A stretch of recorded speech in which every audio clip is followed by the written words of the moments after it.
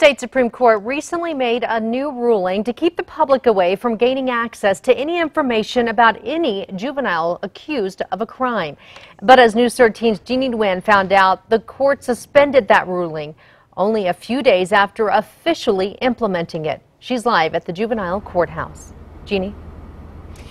Jessica, on January 1st, the Supreme Court decided to keep all juvenile court hearings and documents private, and it caused a lot of controversy. But now the Supreme Court is wanting to get more public input.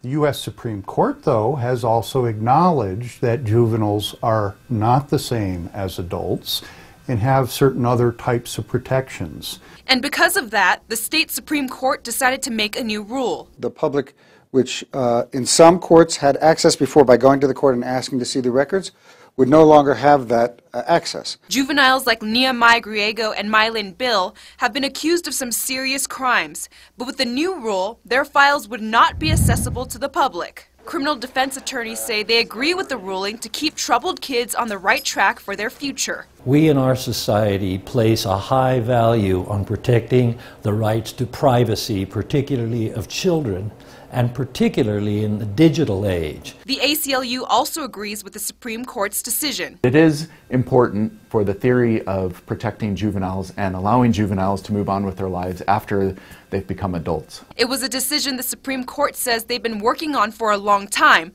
but earlier today, the ruling has been suspended. After the rule was adopted, a significant number of comments began to come in from people who hadn't realized the rule had been proposed. And while the Supreme Court waits for the public to give them feedback on the decision, people here in Albuquerque already have their own opinions. Anybody that commits a crime, the public should have access, no matter what your age, because you have a mental illness.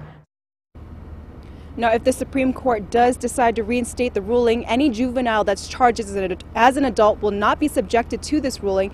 That means their records will still be available for the public to access. Jessica, back to you. All right, thank you, Jeannie. The deadline for comment is February 9th. For details on how you can submit your input, head over to our website at krqe.com.